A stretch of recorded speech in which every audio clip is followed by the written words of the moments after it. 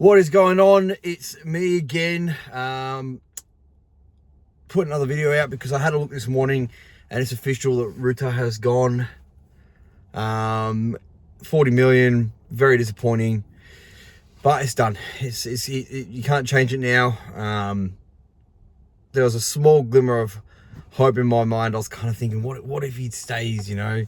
Because out of everyone, I thought he would be the one that would want to stick around. If there was no benefit to go to the Premier League, he might have stuck around. But obviously, I understand why he's left. It doesn't make it any easier, though, I guess. Some of the news I've seen. So I'm just going to put this over here a little bit easier. Some of the news that I've seen. So Sunderland have whacked £25 million on Jack Clarke as an asking fee. This is because they have a 40%, they've got to give 40% back of the sale to Tottenham. So they want 25 million to make it worth their while. Mental money, we're not going to spend that. So I guess that's that one. Dead and buried, unfortunately. Would have loved to see him come in. I think that would have been a signing that makes everyone a little bit, well, would have perked everyone up. But at the end of the day, that's Leeds and football for you. So I'd say not much going on there. I'd be very surprised if we signed him. Lubicic, again, I can't profess to have ever watched him. I might have seen him on Football Manager here and there. I've maybe looked at him at some point on Football Manager, but I've never signed him. So I can't profess to know much about him. I know he's on a decent wage in the Bundesliga too. I think it's £23,000. We can obviously afford that. That's not a problem. I think we've had a bid for 3.4 million rejected in the past. Looking at another bid now. I don't know what that looks like. Maybe 4 or 5 million. But as you're seeing, the players that we're bringing in, it's 4 million. So I doubt we're going to go sign someone who's going to be 15 to 20 million.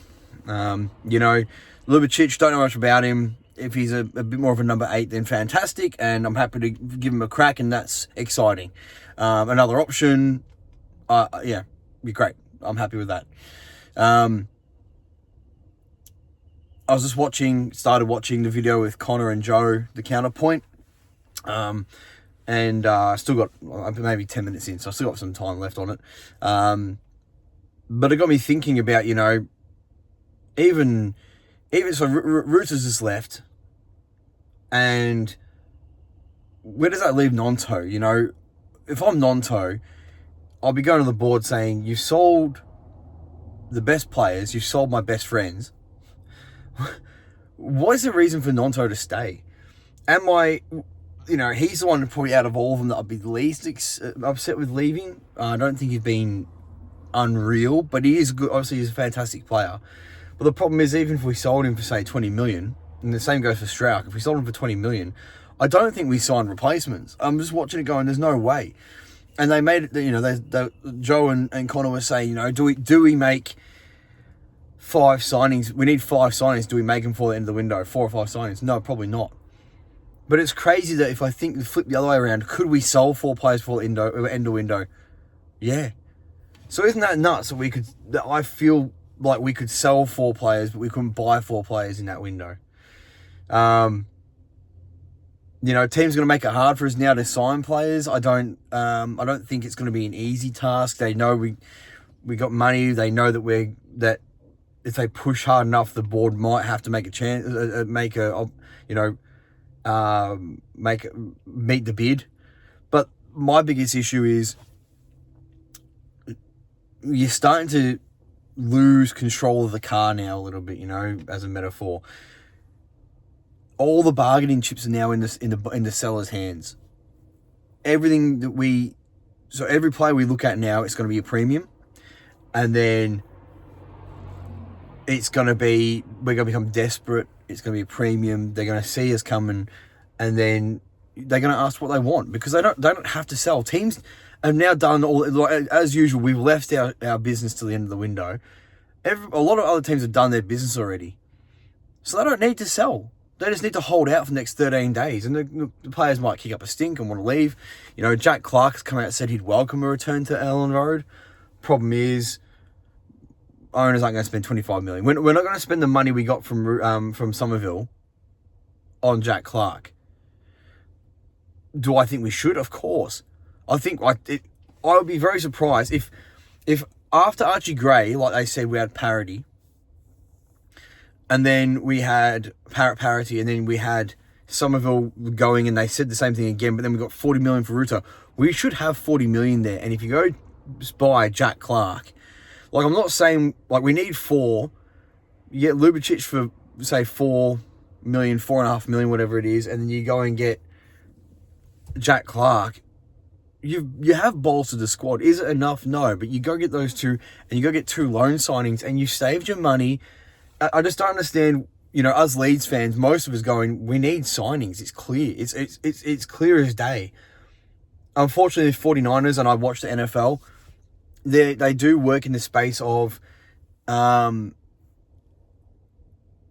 know, they do the same thing in the NFL. They don't say anything. I was listening to, if you guys are aware, Pat McAfee, and they said that there was someone talking about the 49ers there, saying this, like, you know, with this, again, I'm probably talking about things that you guys don't know, but Brandon Ayuk is a player that plays for the 49ers, and he's holding out for a new contract.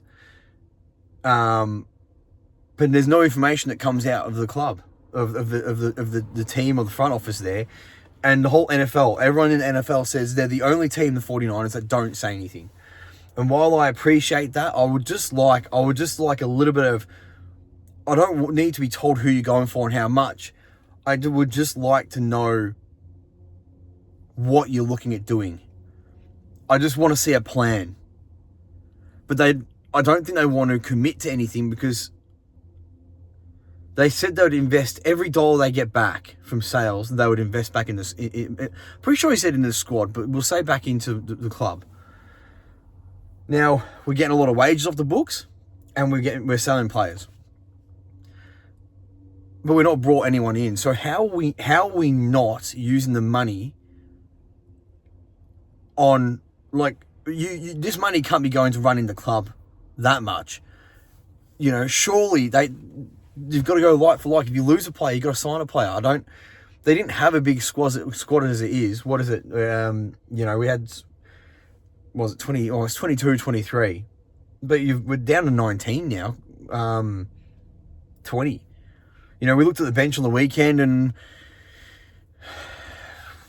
yeah, not that many options. Bamford's not an option anymore. I just don't like. It's a silly question, because the minute I saw Bamford warming up, I didn't go, "Oh, here we go." You know, impact sub, see what happens.